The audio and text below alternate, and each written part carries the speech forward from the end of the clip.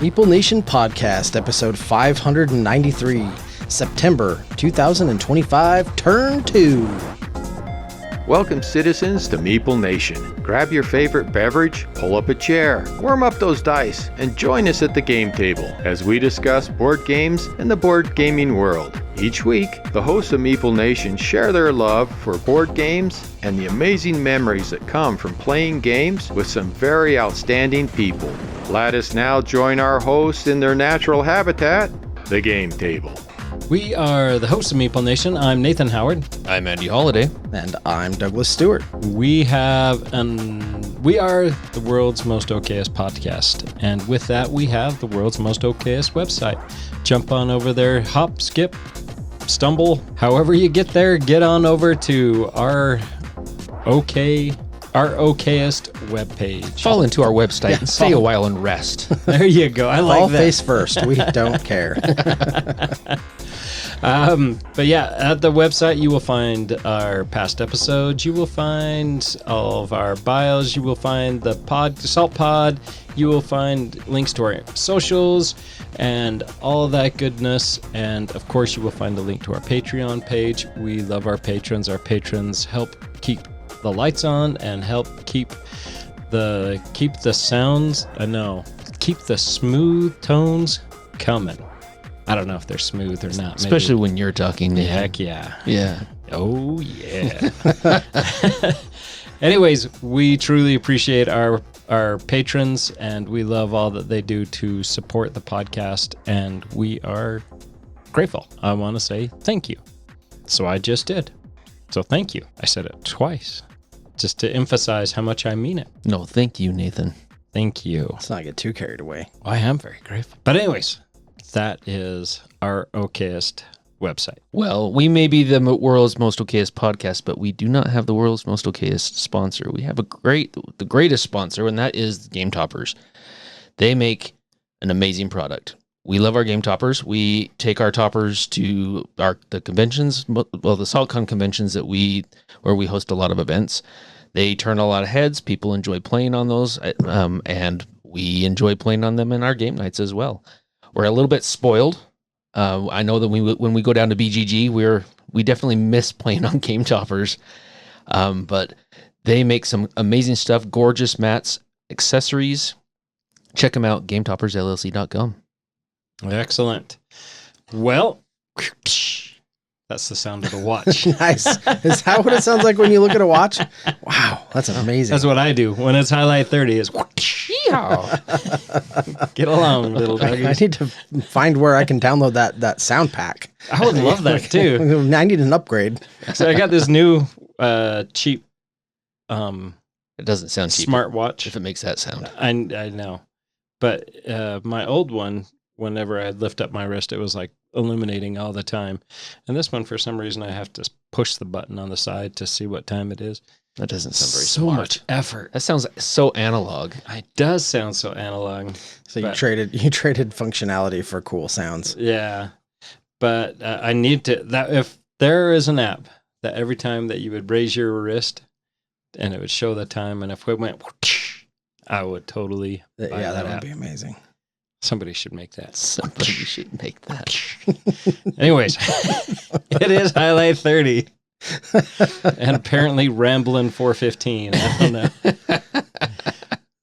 So we just had SaltCON, and so I'm sure over the next couple episodes, maybe we'll be talking about some of our highlights at SaltCON, because we're not just committing an episode to SaltCON anymore. Yeah.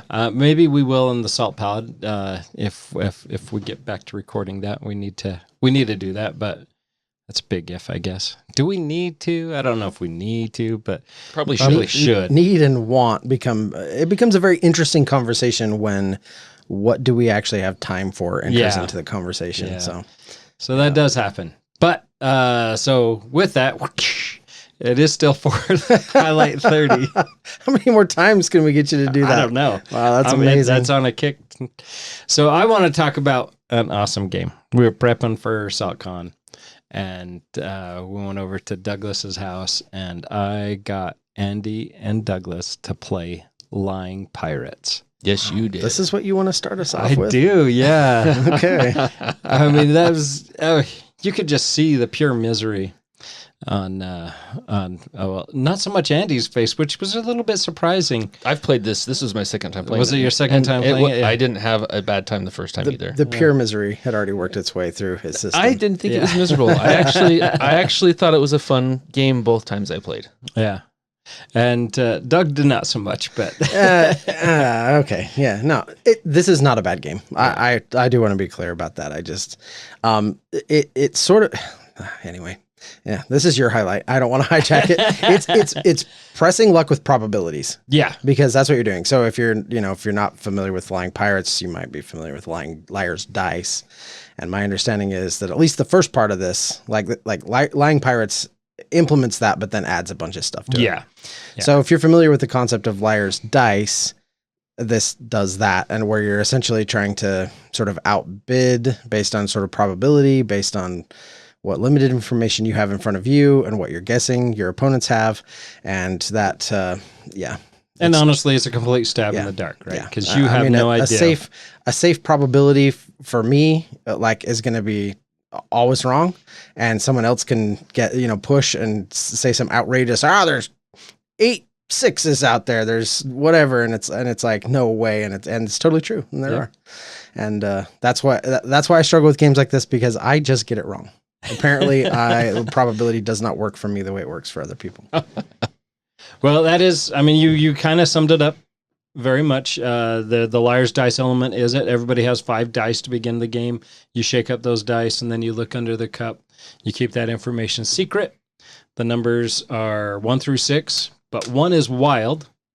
So 1 is whatever the person who says it's something, that 1 is that. And so, with, we played with 7 people at SaltCON. We played with the 3 of us at Doug's house to get ready for this. And that probability factor was always off for Doug. Yes, it was. I could play it safe and say, hey, there's 2 2s. Yeah. And Andy'd be like, nope, no way. 7 2s. Yeah, and there was not at all. And then the next time around, Nathan would be like, there's 49 7s, and which isn't even possible, and it would still somehow work out. It would still somehow work. Yeah. Yeah. But I did enjoy. I enjoyed our play, and I enjoyed the pain that it caused Doug to play this game. It's funny because we had 2 people that were in a similar spot both games. So Greg was. Yes, I was going to bring up Greg. Yeah, Doug was the new Greg in Liar's Dice or Lying Pirates, because as soon as it got over to Greg's turn when we played this, he would just be like, oh, there's no way that's many. You just sit and see the wheels turn in his head. He'd be like, no, that's a lie. And then every time, every time he was wrong. But it was good times. It was. I enjoyed it. It was times. It was times. Yes, it was good times. But Lying Pirates, I didn't go on, but there has the Lying's Dice element in it. And then you are in a race going around the board. Everybody owns a ship. And if you are, when you call somebody's bluff and you are successful, then you kind of win the not the argument, but you win. It's not really a trick, but that heat. Yeah, that heat, I guess. Yeah, that's probably a good call. The round or whatever it is. And then whoever wins out of the 2 people who are challenging the probability, that person's going to go forward.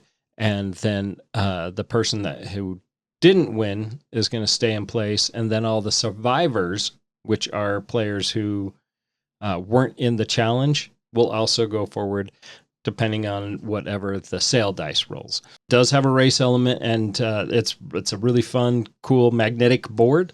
So when you're setting up... Best part about the game. When you're setting up the game, you actually will draft tiles to add to the board and put them on the board. We both, at Doug's house and at SaltCON, I did a prearranged board because it was most everybody's first time playing. And I'm looking forward to giving that a try. where we're doing the random and also the extended game so that the board is actually bigger, takes longer to get around, and try some of those new tiles. All in all, I really like the game. It has a fun, unique battle, so that if the player who wins the challenge moves forward, that player has to challenge everybody who is at that site with them, because there can only be one clear winner for each location, and then each location has a special ability that they can use. And so you roll a d8, and there has to be a clear winner and a clear loser. Well, I guess mostly just a clear winner, or in some cases there has to be a clear loser. But yeah, you just keep rolling until that is determined, and then that winner or sometimes that loser activates the Only occasionally, though. Yeah, but they activate that tile. So Well one done. thing that should be noted is there's a little bit of take that in this game. There is a little bit of take that, yes. Yeah, with the cards. Yeah, with the cards, I didn't mind. That Yeah, I part thought it didn't was- bother me. It wasn't bad. Yeah, the take that isn't harsh. Yeah, That's fine.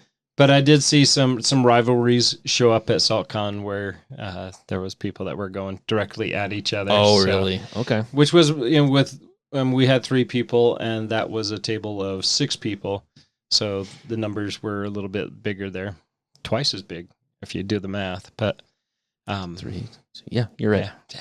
Whew. But still, everybody had fun. I really enjoyed Liar's Dice. I thought it was great. So Nice. there's my highlight. Personally. That game was fun. But the game before that at Doug's house, which I know is on his highlights, was better. Yeah. Which game was that? Which game was that? We did 2 that night. We did. We played SETI. we played SETI. That's right. That was before Nate got there. It was so much Actually, more, there it was so much more 3 fun. games that night. It was so much more fun before you got there, Nathan. I get that. I get that. We get to play SETI. Nate shows up and it's lying pirates. But the other game we played was good too. Besides SETI, but we'll get into that in a sec. Yeah, we'll talk about that. But yes, go ahead, Doug. I'm not gonna stamp on your thunder, but I'm gonna segue into one of your highlights. Okay, great. Yeah, no, SETI, it's awesome. I mean, we've talked about it before. This continues to just be a game that hits like every time we get it to the table, we're just like, this game is so good, and that resource economy is so tight. The decision-making space is fun. The fact that this has like over 130 cards and they're all unique just gives like so many options. You know, like what I've realized is that there is so much strength in just collecting as many cards as you can, just because of the options they can give you. Yeah. And so, yeah, just variability. You nailed it. Yes. Yeah, for that variability. But really, because each one of them is unique and does something, different. When you've got a handful of cards and options, that you really can start leaning into certain paths. As you're, it's like, okay, I'm going to go real tech heavy. I'm going to, try to get a bunch of my probes landed on planets. Maybe I'm going to lean really heavy into, getting the life traces and working those alien boards. There's just so many different things to do. I like that it's, 5 rounds. There's not some kind of weird end game trigger or anything like that. You just, when the game's going to end. Everything flows and makes sense. It's just great. Yeah, it's such a fun game. It is. And this is one of those games where you, like you said, it's 5 rounds and it creeps up on you so fast. You're like, no, the game can't end yet. Yeah. I got so much to do. I have way too much to do. But I also feel like you're able to accomplish a ton in those last 2 rounds, and particularly the last round. It seems like you can really get a lot more done. At least my 2 plays seemed that way. I will say this, and our game that we played, the 2 of us, was evident of this, and then I've actually heard it from another person who played 2 players, and that is scanning is just not a viable option for points in a 2-player game. I wish they would have, or hopefully they come out with some sort of errata to the rules to make it easier to scan in a 2-player game, because if it's just too hard to get all of those tokens to actually get those space sectors scanned with just 2 players. Yeah. Like, I didn't scan at all. I don't think it would be a hard thing to fix. You would just reduce the number. Yep. You determine the number of data pieces that go into each one of those sectors based on player count. Yeah. Rather than it always being the same number. and that would fix it. Sure. Yeah. Because that was one thing that I know that you wanted to focus on, and I didn't scan one time. Yeah, I was like, I'm gonna go heavy because I hadn't really done heavy scanning, and I was like, I'm gonna go heavy scanning, and then I was like, halfway through this 2-player game, I was like, wait a minute, this doesn't work if I'm the only one scanning. I need the other person to be scanning too for this to work out for me, and it didn't. But And I think that is as good as this game is. I think that's a flaw in the game that could easily, like you said, Doug, could easily be fixed. That way, it's still a viable option in a 2-player game. But the rest of it, and that was, I think, one of the most enjoyable things with SETI is that tight economy. You're trying to get, it's like, I need one energy to get this moving, and I'm out. Is there any possible way for me to get energy? And sometimes you can figure it out and make it work for you and find that energy to be able to accomplish what you're trying to do for that round. And quite often you're like, nope, I'm just going to have to pass, and hopefully things work out for me better next round. Yep. Interesting. I need to play this a game. Oh my. I'm out. That's it for me. No, keep going. This At is the game great. table. wow.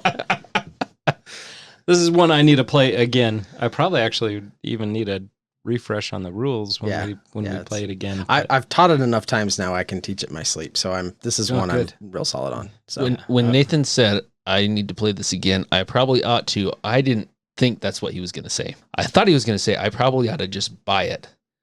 Instead of I probably ought to. He probably already teach. has it ordered. It's probably already ordered. I really did think that's what he's got. I did have it. I culled it though. Did you really? Yeah. No way, you culled it? Yeah. Why did you do that? Because Doug had it already. You know what? I'm so proud of you. This is growth, Nathan. On air. Is it? Yeah. Is it? Because he just picked up a copy of Thunder Road Vendetta. I did. Because I want to be able to play that with Ashley and Zach and Cheryl. And I get that, which is the biggest reason why, because I want a copy of SETI, but that's the biggest reason why I haven't bought one is because who am I going to play that with? You guys? Yeah. So why buy it? Yeah. Thunder Road Vendetta, I'm hopefully, right? I know that's a big word. Well, it's still in shrink now, so we'll Shut see. up. We'll see.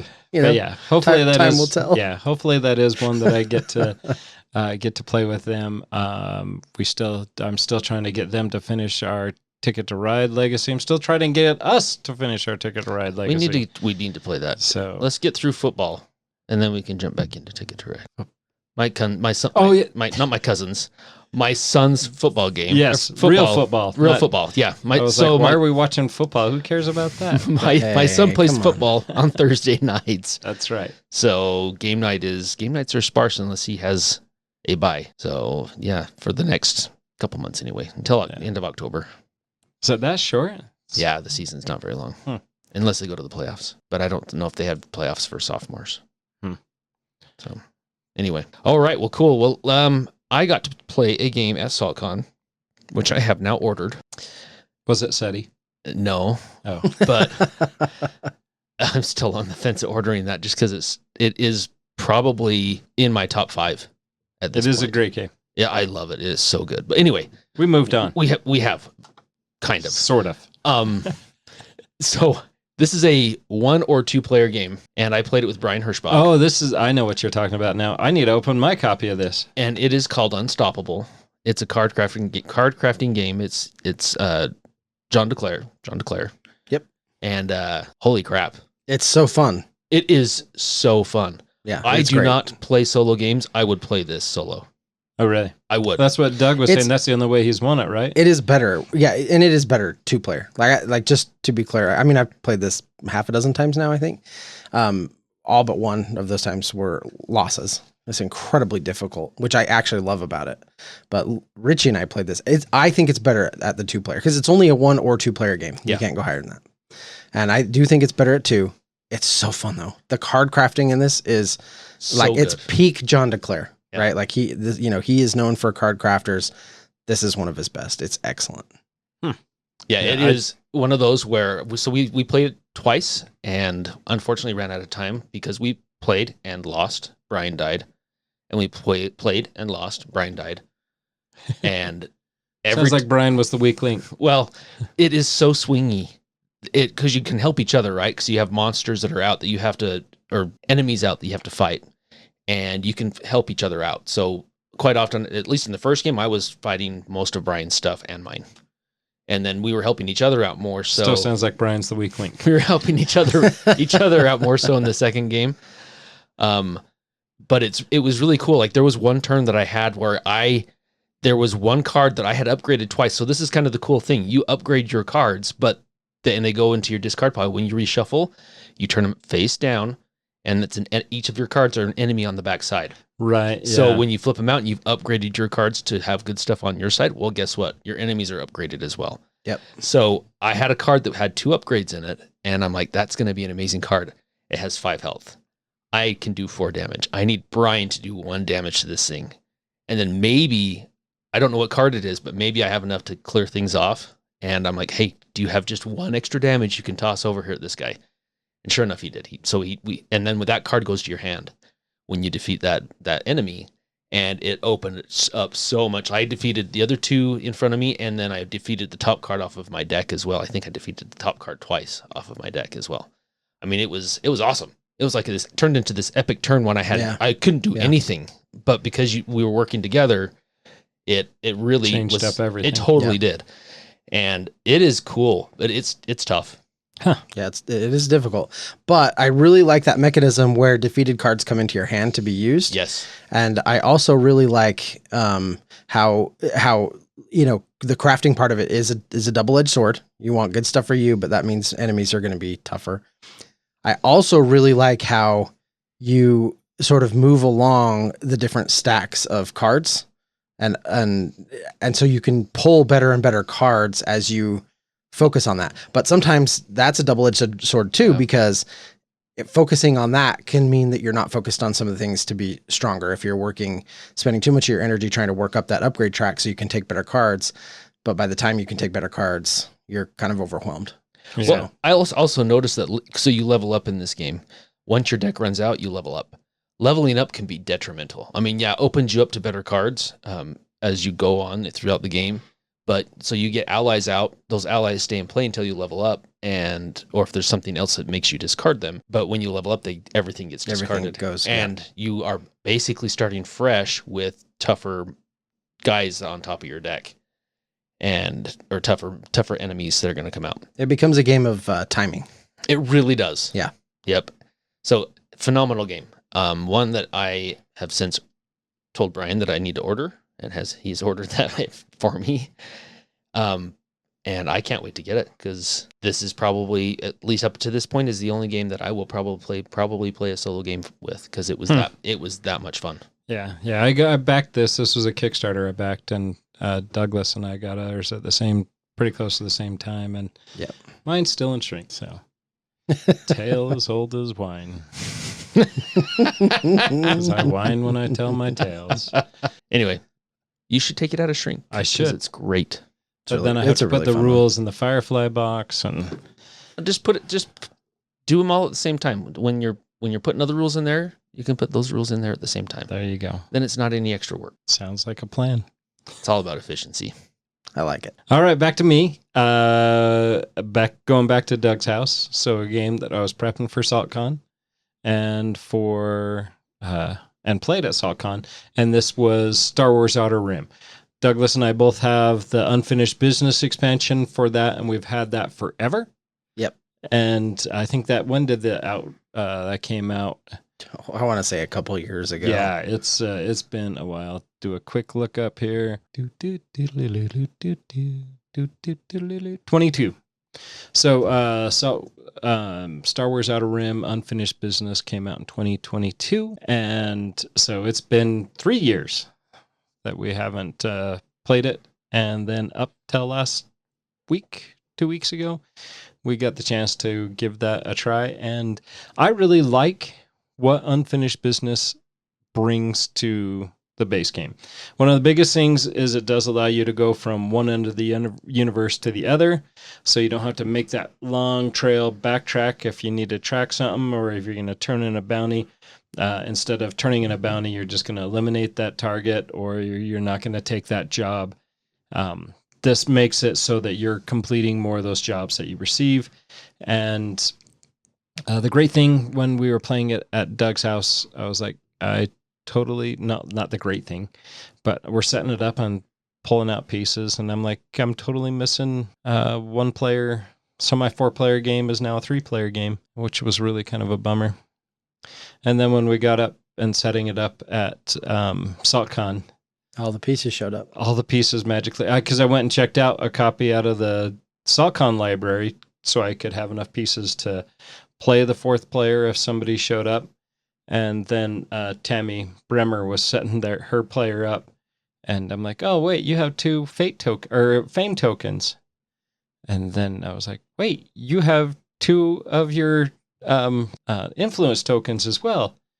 Where did you get those? Because we looked through, when we were at Douglas's house, Yeah, we looked through everything. We looked through everything. Yeah. And I'm like, these things are just missing.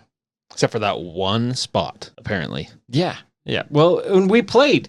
We did. played 3 people. Yeah. And for some reason, we're missing pieces, and got home, got to SaltCON, and then those There they were. pieces magically Hey. showed up. You know what? It's a Christmas miracle in September. Christmas miracle. I did order off of Etsy, though. I'm really excited about this. I pulled a Greg. I ordered some metal credit tokens. Oh, did you? Yeah, Nice. they look really slick. They should be here. You totally pulled a Greg. I did totally pull a Greg. Did you see his copy of? Guy is ridiculous. Did you see his Yes, copy? I did. You know what I'm talking about, don't His Star Wars deck building game. No, I haven't seen that. No. He got 2 amazing. He ordered some mats from some guy in Spain that are these super cool mats that are laid out. What was he playing that you saw? Lords of Waterdeep. Oh, So you're gonna get a kick out of this. So when he first joined the group, he asked me if I would teach him. It was actually the first Hug of MeepleCon that he and his wife came to, and he asked, "Hey, would you teach me Lords of Waterdeep?" I'm like, "Yeah, sure." So we sat down and played it, and then he blames me for his obsession with upgraded components. I don't know why. did you have upgraded? Not for points? that game, but he blames me because I must have had some upgraded components for a game, and I don't know which game it was. Maybe it was Castles of Burgundy. I don't know. But he apparently blames me, which is another Greg story. But anyway, so I was looking when he was setting this game up, and I pulled out some of the fighters. They were little orange 3D printed fighters that he had bought. And I'm like, oh, cool. These are kind of neat. He's like, yeah, I'm not going to use those ones. And I'm like, you have other ones? He's like, yeah. So I look in there. He has 3 different upgrades in that box of the same thing. So Why not? No Don't say what wonder the his problem wife is always mad at him. No. So he had 2 different types of 3D printed for everything, and he had some wood tokens with stickers, which are the ones he used. But he had a mat, like a big mat that had everything. Like you didn't have to have any of the boards. He probably ordered it from the same guy that he got his. It was others. Etsy. Yep. Oh, was it Etsy? It was Etsy, and upgraded like the actual coins that looked just like the cardboard coins for Lords of Waterdeep. He had the metal coins for it, and I'm like, holy cow, Greg! Like, no wonder why your wife doesn't want you to buy games. You buy a $50 game, and it costs you $200 because you Probably more than that. because you have to bling it out times 3. Yeah. It was You just 3 so funny. times you've upgraded those pieces. I don't see what the problem is here. It was Why are you guys laughing? because it was I awesome. think that's amazing. Good job, Greg. Greg, you be you. Don't you dare stop. Don't you dare. You bling stop. those games out. It was epic. But anyway, yeah. The what were we talking about? I can't even remember. Lords of Water. Oh, I no. think this was Star Wars. all Star Wars Star Outer Wars. Rim. Yeah, Oh, there this you was go. all Star Yeah. Wars related. Yeah. Star Wars Outer Rim. Anyway, so about Star Wars Outer Rim, so I'm gonna jump ahead of you, Doug, because this is a good segue into I'm used to it now. one of my Yeah, I'm highlights. used to it. It's fine. So I was playing. One of my highlights was we played Project L. So we had to cover for some of our teachers because they got sick. 2 teachers got COVID. And so Project L was one of those. And Dave and Tammy were in that game. And Andy 2.0, his wife, was in that game. And the Andy 2.0. Took me a second to register that, but yes. Okay, carry on. Anyway, so we were talking about Star Wars Outer Rim, or rather, Dave was saying, "Yeah, Tammy hated that game." Oh, she did. She hated that game so bad. Oh, Outer Rim, really? She Yeah. didn't like it? Oh. Yeah. Not her style. Yeah, not her style at all. And oh man, Dave was getting the side eye from Tammy the whole time. I sat between them, right? 'Cause Tammy was on my left, Dave was on my right. She's like, "What did you sign us up Yeah, for?" yes, exactly what she was saying. And Aww. then she starts looking at the box. 3 hours. So when we played Project L, she's like, "This is my kind of game," I believe it. and we had a lot of fun. In fact, I did the teach, we played, and then we played. I'm like, okay, now that everybody knows how to play, let's play again. And it was a good time. We had a fun time playing Project L. It's great. I am a little bummed that my Kickstarter copy, all of my pieces have bowed and started to separate. Oh, really? Yep. Really? Yeah. That makes me want to go check mine. So I'm gonna throw them in a vise, put some plates, and just try to see if I can squish them back together. Because Put them in the same. Put them in the same place you put Massive Darkness. Yeah. All your Massive Darkness underneath like cardboard. Gloomhaven. Well, now that I have an extra copy of Gloomhaven, so I have Gloomhaven 2.0, and Frosthaven, maybe I can just throw them underneath all of those. Yeah, that's true. Yeah. That's true. Didn't you throw a bunch of Massive Darkness somewhere and Yeah, lost it? I don't know where it is. It's still covered with games that I should just check my shelf of shame. I probably have tons of Massive in Darkness your stuff Firefly under there. box? Maybe under the Firefly box because I'm trying to flatten everything out. Oh my gosh, that's awesome. That is awesome. I was going to say with Star Wars Outer Rim with the unfinished business, I love the unfinished business added the ability to circle around to the two ends. I guess that's the only thing I really talked about. That adds quite a bit more. Yeah, it does. You've got new bounty hunters, new ships, new cards that go in all the decks. Like it added a bunch of stuff. New targets or new contacts on every planet. So every planet gets a fourth contact. A third contact. Fourth. There were four. There's 2 spots. Was it a third? And it's only a third. Is that? I thought it was a fourth. I see what you're saying. It's a fourth type, but each planet gets a third. Yes. Yeah, but it's a whole fourth type of contact, like the color. Yeah. So you're both right. So, but anyway, but some of the cards that come up in the market actually allow you to reveal some of those as the game goes on. So as the game, goes in, I think what it does is it helps with some of the longevity of the game. I think so too. Because as the game goes, you kind of can more readily identify the targets that you want to go after and kind of zone in, as opposed to the sort of hunt and peck style that it was before the whole game long. So I really like that. I think they did some things that really streamlined it and just made it a lot of fun. My fear though with this, because I think this is a great game, but I think Fantasy Flight has dropped this. Yeah. We just haven't heard anything. Fantasy Flight. This is 3 years ago now. And the thing is, they still have all the Mandalorian stuff they could add. There's so much more content that they could bring into this game, and it would be awesome if they did, but I think they're done with it. Yeah. So that Fantasy Flight makes me mad. Yeah, they make some... They kill games in their prime. Make some bad choices, that's for sure. Yeah. I've decided that this game is like a crazy amount of fun, and I really am terrible at it. Me too. Like Doug completely both you and Doug destroyed me, but Doug in particular, like destroyed us in this game and me. I wasn't. You need to play with Tammy.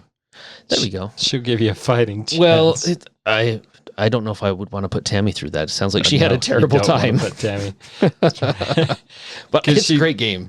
She was saying at one point, because Adam Wills was closest to winning, and I was getting close behind, and poor Dave was just struggling the whole game. He had one job that he kept trying to do, and just couldn't. He didn't have the skill at first, so he had to just roll a crit, and then when he got the skill, he couldn't roll successes, and just had a hard time. And even at the end of the game, he was still trying to complete that same job. But Tammy was like, if I go to where Adam is, and I trade him this bounty for Chewbacca, and then don't defend Chewbacca because Chewbacca was part of our crew, he wins, right? How do I end Yes. How can I help somebody win this game? Yeah. Put me out of my Serenity misery. now. Serenity now. Yeah, it was good times. She's a good sport. Oh, that is. And maybe that is in awesome. the future, we just need to go ahead and send Dave a list of games that Are Tammy friendly? are Tammy friendly. Yeah, for that's a good idea. SaltCON Spring. It's probably a good idea. Well, let's keep this Star Wars trainer rolling here. because Ooh. the Yes, the let's next do. highlight that I wanted to talk about was Battle of Hoth. Battle of Hoth. Awesomeness. I had high hopes. I was thinking, hey, like you take the Memoir 44, you create the Battle of Hoth. Love Star Wars. How could you go wrong? This is going to be really good. Little did I know it was really what Memoir 44 was meant to be all along. It should have been this from the beginning. This was so good. Like this really blew me away. The second day of SaltCON, I had my son with me, and Brigham and I we played 4 games of this, and then we sat down with Brad and Andy 2.0. I guess that's what we're calling him now. And we played the epic version of this. And it was so good. It was so good. And just mechanically, does things so similar to what Memoir 44 is, but I think does a better job at leveraging, a lot of the terrain and just the way that things are laid out and work. It's the Star Wars theme, right? It's that. Nailed it. Yeah. It's 100%. And I get that not everybody out there had sort of the childhood Star Wars experience, but I did. Some people grew up on episodes 1, 2, and 3. Yeah, and that was amazing, right? Like, I'm sorry for those people. Yeah, right. That's what I'm saying. And growing up, like, I mean, even now, Empire Strikes Back is in my opinion, the best Star Wars movie that has ever been made. Preach on, brother. And growing up, it was, I can't even think of how many times I watched it. The Battle for Hoth was amazing, and I wanted to go back and watch that over and over as a kid because it was so magical and so amazing, the way they did the snow world and the walkers and everything. And this does such a great job at recreating that. And so how much of it is the game and how much of it is my own just really positive memories and my own positive view of that battle and everything else. I don't know where to draw that line, but all I know is like it was phenomenal. Yeah. And we played that for hours the second day and loved every minute. And I'm ready. I played it again. I'd play it right now if it was set up. Yeah. I would stop the recording and we just play it right now. It was so fun. Well, this is one of those games that Doug, I ordered one and I ordered 2 copies. And I asked Doug if he wanted a copy and he was like, no, you're going to have it. It's going to be fine. So at the end of that day, Saturday, Doug's like, hey, I need you to order a copy and not just one. I need you to order 2 copies for me. Yeah. Well, going back to our conversation though, I mean, Brigham loved it, right? Yeah, he did. absolutely loved it. And he was like, we have to get this game. So It's one of those he'll play. Yeah. And it's just one of those deals where it's like, yeah, you have it, but this is one that will absolutely get played at my house. And so, then that takes the nostalgia factor out of it with your childhood, right? If Brigham loved it and he's not, he didn't grow up with episodes 1, 2, and 3. He grew up with episodes 6, 7, and 8. So the fact that he loved it takes that nostalgia factor out of it, which tells you it's just a great game. Yeah. Yeah, it really is. 7, 8, 9, by the way. But he grew up with 7, 8, and 9, which takes the nostalgia factor out of it. It doesn't even matter. It doesn't. Like literally no one even cares because that's how bad they were. That's how bad You can't even remember what episodes they were. We just don't talk about 8, 9. And that was the funny thing. In particular, we don't talk about 8. Yeah, we don't talk was about an Jar abomination. Jar, and now everybody's like, "I'll take Jar Jar over 7, 8, 9." Over 8 in particular. Anyway, that's a conversation for a different day. But Battle of Hoth was amazing. And here's the thing. So we were talking to, I think it was Brian, and he was kind of like, he was saying, and I'm not throwing him under the bus or anything here, but he was just saying like, I don't know how I feel about this. This is going to be one of those that they take and make a bunch of other copies. They're going to keep it going and it's going to be an endless sort of thing. And I'm like, yeah. Yeah. Why are you threatening me with a good time? That sounds amazing. Like, please, like, let's do this. Yeah. So I would love to see future iterations implementing the system. I don't think the system needs to get more complicated. If they introduce more games, I don't think we need to get super rules heavy or change the formula much. But just being able to, continue this in different theaters of conflict within the Star Wars world. You want to see Ewoks on Endor, don't you? I do. There we go. I 100% With do. the And ATSTs. I want to see Mandalorian. That'd be yeah, cool. stuff from the Mandalorian, right? That'd be We awesome. talk about the Queen's Gambit, right? Remember the Queen's Gambit, Yeah. that old game where you were kind of playing the space, the land battle, and what was And the third the- theater? There were the three theaters. the princess. Yeah, that's right. The princess. The tower in the middle. Yeah. Like, I don't know that you do like the 3 arenas, but you could definitely do any number of those. Yeah. Right. Or have one theater on one side and then the other on the other side of the board or something, however they wanted to do that. But yeah, I would love that. That sounds so fun to me. Yeah, and if they're going to take the Mandalorian, if they're going to take the Memoir 44 as a model, which obviously they are, I mean, there's so many arenas that Memoir 44 uses, the Pacific, all the World War II battlefronts, and tries to reenact those. And, it even has a little bit of history in front of it. But you didn't talk about is that there's a campaign version. I was getting to it. Yeah, that's where I was going next. Yeah. No, because that's why I would want all these things. 'Cause imagine if you could put it together in a campaign. Imagine if you could tell sort of that story. And what's great is the campaign that does come in this has some persistent effects from round to round. That's cool. And each player gets their own campaign book with different objectives that are hidden from their opponent. Oh, wow. So you have things that it may not make sense to your opponent, and it's like, what do you? But then when the game ends, if you've met certain conditions, you're going to get certain boosts headed into the next game. Yeah. That's cool. Fantastic, loved it. I thought it was great. This is what they need to do is just go through and not just the movies, because there's those epic battles in the movies, but Star Wars Battlefront 2 video games, right? Yeah. That would be like perfect. Yeah, the Clone Wars, the Bad Batch, the Tales of the Jedi. There's so much. Yeah, such a deep reservoir of games to go. And then just like Memoir 44, that whole universe expands into greatness. And to be able to do it 4-player and do it well. Right. Yeah. Now we just need them to provide the Days of Wonder to provide the big version that they have at the kidding. conventions. Yeah. Oh my gosh. That's Get some cool. moron like me to buy that again. Yes. Okay, now I do want to make one note here though, when we talk about the epic version. So with Memoir 44, when you play the epic version, you can add copies and everyone kind of has, they duplicate the map on their side of the board, but they're only controlling their side of the board. Yeah. The way the epic version works here is it's all fair game. Everything is fair game. So it's just the 3 arenas. You have the Right. It's a bigger version of so you flip the boards over and they have the layouts a little different on the other side. It's just a bigger version of what you would find on the normal side of the board. And so like Andy and I were on a team, Andy 2.0 and I were on a team, and it worked really good. It actually led us to discuss a lot and to we had to work together.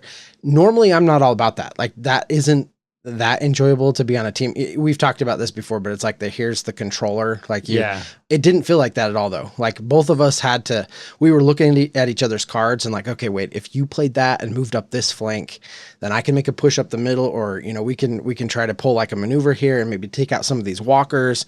There was a lot of strategy happening on both sides of the table as we worked together to sort of push the different lines across the battlefield. It felt so fun. It was honestly That's one of the awesome. best experiences I've ever had. And it worked. I didn't feel like I was hijacking Andy's game. I didn't feel like he was hijacking mine. It felt organic. Like we were just working together to try to get our 10 points. And it was awesome. That sounds so much better than the Rebellion where they try to separate that. They try to separate the Admiral and the General in Rebellions. One person's dealing with the space stuff. One person's dealing with the ground stuff. And it just kind of really takes away from the game, where it sounds like this. I mean, I'm looking forward to the first time to play the epic version. Yeah. And I'm looking forward to playing it. Yeah. It sounds awesome. Well, and the other thing about the epic version too is it used everything. Every piece of plastic, every cardboard terrain tile, every unit, That's every awesome. chunk of plastic that for the generators and the ion cannon and the walkers and all that, everything was used for the epic version. Minus a couple of small units, but that it used pretty much everything in both boxes to create that scenario. Cool. It was awesome. So did it have 2 ion cannons? Did it have? It only had one. Okay. They did only have one. There were a couple things that, like, you just thematically wouldn't make sense to have two of. Yeah. But yeah, it used almost everything. Yeah, and that's nice when we pre-ordered my copies. That did come with some plastic pieces for the power or the shield generator, the ion can, and I want to say there was something else in there as well. But because the standard version just has those as cardboard chits, and this is one that I need Greg to find me some stuff to. I heard that he knows a guy. Yeah, I'm sure he Several. knows. Yeah, several. Because this is something I'd love to deck out. So Nice. wow. So we went a long time talking about highlights. Yeah, but that was some fun discussion. It was some fun discussion. I really actually I was really a little nervous, hesitant about this new format.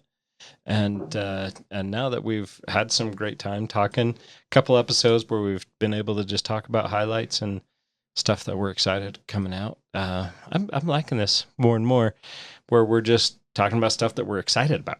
Yeah, I agree. I think this is great. So good call, Doug. Awesome. Well, with that, we do need to transition into stuff we're looking forward to. Yeah.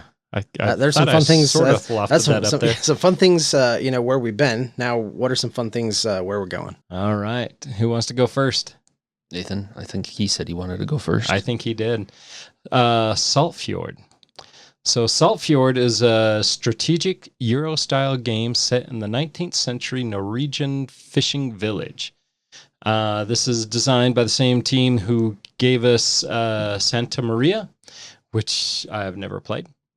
But it follows a lot of the same mechanics.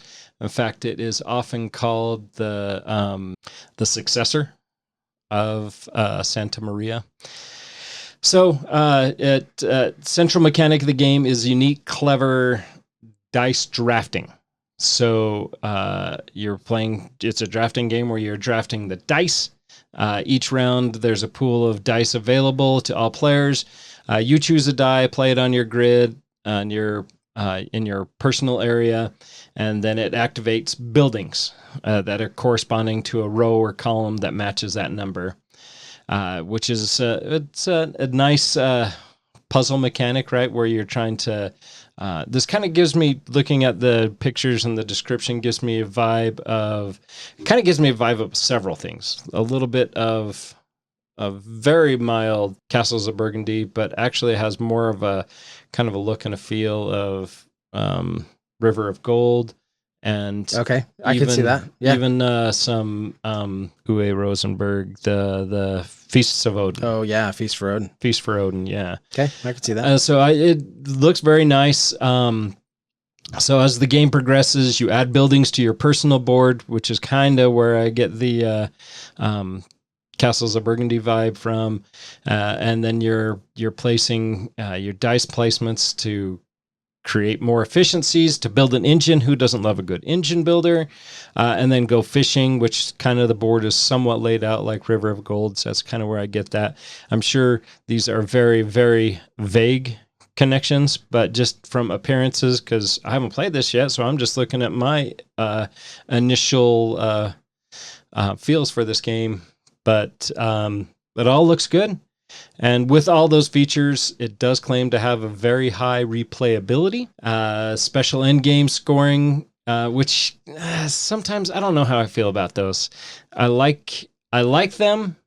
I like them, but they can be overdone. Yeah, that's it can be a game all about endgame scoring. Yeah. Not to hijack what you're saying, but like I think that's one of the things that I really like about SETI, because I found a really great balance with that. Because you can score a ton of points for endgame, a ton of points, but you're still going to score so many of your points during the game. So anyway, I'm just piggyback off what you're saying. It can be done really well, or it can be done poorly. Yeah, for sure. And games where it's done poorly, where you think, oh, I'm doing great, and then Dave comes out of the side and has like 300 points, and you're like, what the heck, Dave? I wasn't doing great. Yeah. Turns out this game is dumb. So hopefully it works out. The game looks interesting really to me. Good. It yeah, looks it actually really good. Looks nice, yeah. The Nordic fjords, the art style looks great, and just the economy drive of the game looks very appealing. This is one that I probably should have picked up. I haven't. I was yet. going to say, is this not on your shelf? It's over there not on somewhere? my Okay. shelf.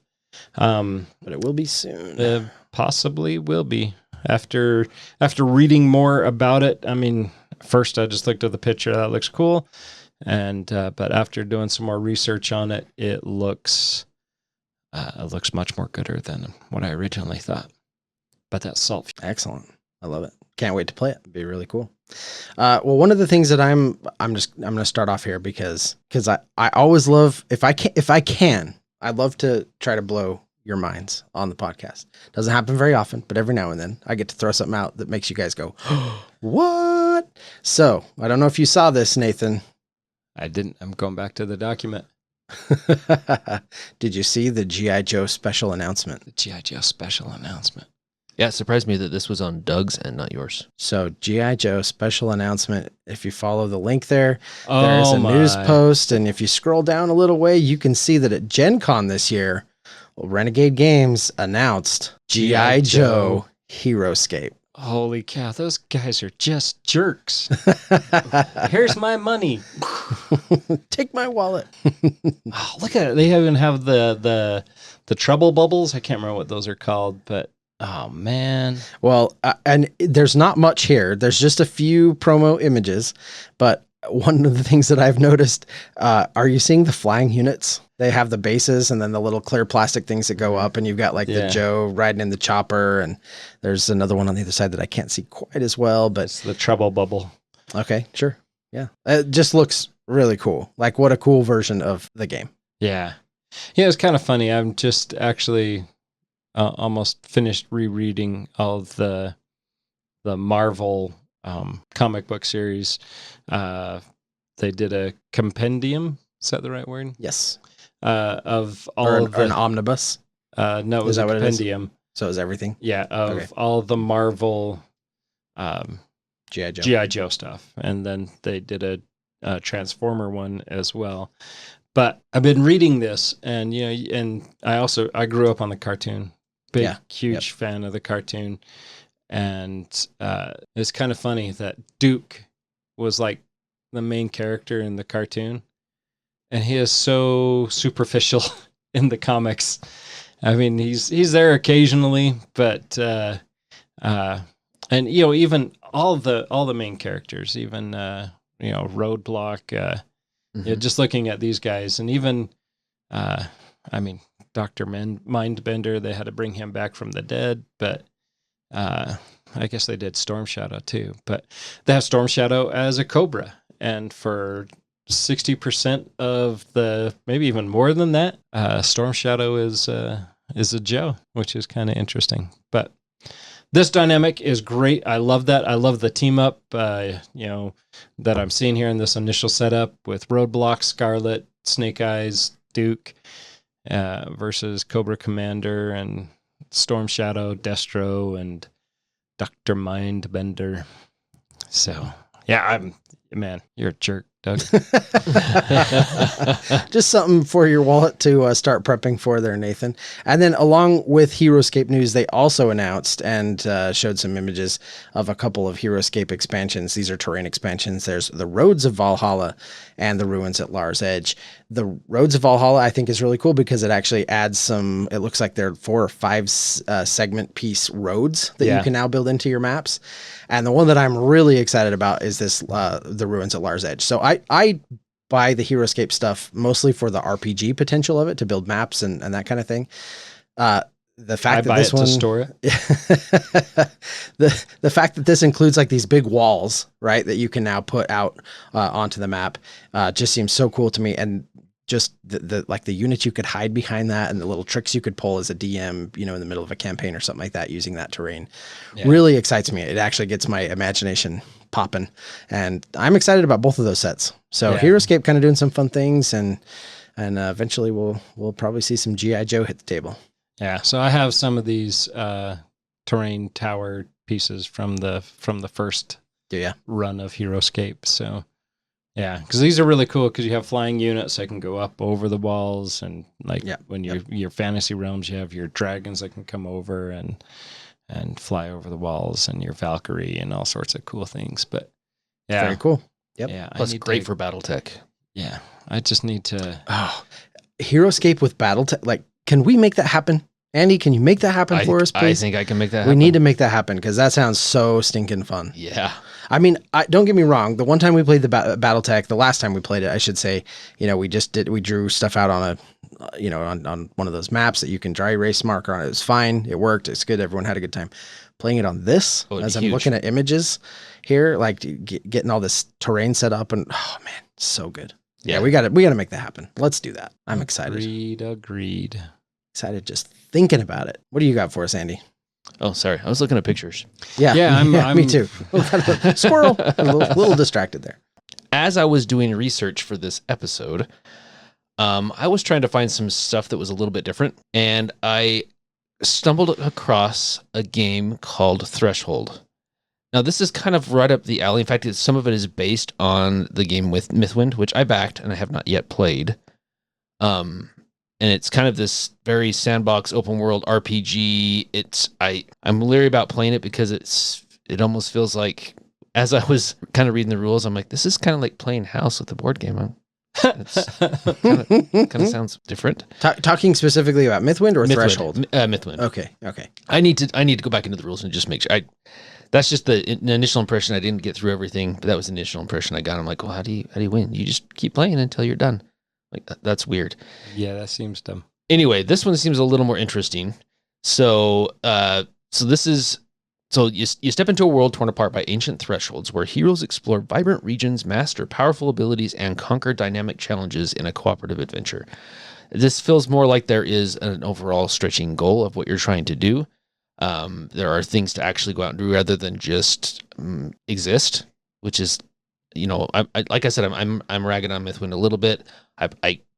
That's maybe not warranted because I haven't dived into the game and can even finish the rules, but that's just, like I said, that's my initial assessment. But this is based on MMOs and ARPGs like World of Warcraft, Path of Exile. It's inspired by those video games. And it offers a choice in solo questing, cooperative dungeons, world exploration, crafting, epic raids. So it's trying to bring all of that, the experiences you get in those video games, to a board game. And here's one thing that I think that is very refreshing, and I'm hoping that this catches on with a lot of other game companies. And I don't know how feasible it is to do with some of the games that we play, especially these big games, these big campaign games. But they're claiming that it is designed to be set up and start playing in under 2 minutes. Interesting. Yeah. Well, and that was their claim with Mythwind. It was. Right, because the whole idea was you're basically like everything you have is in trays, or it's just, and you literally just pull it out, set it out, and you can go. And then when you're done, you don't have to save or anything. You just put everything back in the trays and get back in the box. Yep, that's the idea. So yeah, I think this is going to be interesting when it comes out. I don't know if this is going to launch on Kickstarter. It hasn't launched yet. It's up and coming.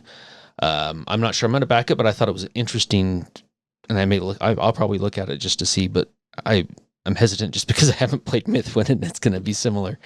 But it does sound cooler than Mythwind. So. I don't want it to be so open-ended like Mythwind, though. That's the thing. Because if they keep that, I think it's actually going to be a detriment to this Threshold. Yeah, I agree. Property, just because I think that was a common criticism of Mythwind was just that sort of open-ended, and we don't really. I mean, you do some things, but like sort of not having enough of an objective, I think hurts it a little bit. They're throwing out things like in the descriptions here, they're saying, that they love games like World of Warcraft and Path of Exile, and that it's kind of based on that or inspired by some of those things. If that's true, that's amazing. Right. Like if that's true and they can pull this off in a really slick board game format that is easy to like pull out and put away, I think they've got a winner on their hands. I actually think they might even be revolutionizing some things in some ways. But that's a big promise. But I guess in Mythwind's defense, where there was no clear end to the game. I mean, that's basically Gloomhaven for everybody who started with Gloomhaven. Has anybody ever really finished that game? You played until you were done, right? But I'm sure there's people who there probably are, but most of us just played until we're done. Yeah. And it's like, okay, I'm burnt out. I'm done playing. Yeah. So, Anyway, so that I thought this was interesting. It looks very cool. And like you said, Doug, if they can pull it off and really make this what the description is, it could be very exciting. Yeah. And so this is going to be crowdfunding. This will be crowdfunded. It has not launched yet. There's not even a date for it. It's just been announced. But yeah, I thought it was kind of an interesting concept. Hopefully improving upon with the lessons learned from Mythwind. Yeah. And I think that Open Owl Studios has done enough good, like in terms of their design, in terms of games they've produced, in terms of actually getting stuff out, like actually, keeping the promises they make to backers and things like that. I think that they're a company worth paying attention to. So that's awesome. Yeah, we'll definitely have to keep our eye on that one. Nathan, do you have anything else you want to talk about before we wrap this up? You know what? We ran so long on highlights. I think I'll just save my stuff for next time. So yeah, I think I'm good for this episode. That was a great episode, though. Awesome. Yeah, the only one I wanted to bring up really quick, because it was, again, just one I wanted to make sure that was on your radar. Have you heard of Brink? It's right over there. You have it. Oh, I backed that one. It's at the bottom of the pile. Yeah. Very nice. Okay. Yep, so that was my Kickstarter just like fulfilled. A Moonraker sequel, as I understand it, and looked really interesting. I was doing a little reading about that, and it seemed kind of cool. So very cool. There's only one I want to bring up, one more, and that's simply because we've already kind of talked about BattleTech. So there's a new version of BattleTech coming out. It's called BattleTech Gothic. Ooh. And it's a new imaging of the classic play of BattleTech in a setting of continuous war. So the Gothic, it reimages the inner sphere in a new grim, dark light. Insane experiments in cybernetics and biology have led to the development of abominations, mutated creatures of flesh and steel capable of competing with battle mechs on the battlefield. The great houses have been reforged into familiar yet alien entities that wage a perpetual war against one another in order to claim the entirety of the human sphere as their own. So I thought that sounded kind of cool, that they're going to add, biological cybernetic hybrids to the mix. So I'm curious how that's going to that sounds awesome. Turn out and change things up a little bit with BattleTech. I think that's going to be kind of cool. Thematically, I'm in. If the execution's good on it, then also in. Yeah, exactly. And I think one of the fun things about, at least for me, for BattleTech, is designing my own mech and everything else. It'll be kind of cool to see if that's possible. They allow you to do that with the hybrids of the biology. If you can add biometric stuff in there, essentially, and biological upgrades, and build your mutant, your abomination that you're going to go up and against the other players' battle mechs. I think that could be a lot of fun. So time will tell what this actually looks like. This has just been announced. There's not a whole lot of details out there for it yet, but I am anticipably. Wow, I feel like go, Nathan. Wow. Jeez. I don't even know what I was trying to say. That's the problem. I am highly anticipating what this is, what the details are going to be for this. So excellent. That's great. Well, we got lots of other stuff on our list, but we'll save it for next time. Yeah, that's why I like this, is because if we run a little long, it's just going to be on the next episode. Absolutely. So until next time, we'll see you finding some new games and apparently ordering some G.I. Joe Renegade stuff at the game table. It's going to be epic, and knowing's half the battle. It's going to be expensive for sure. Yes. Stupid Renegade.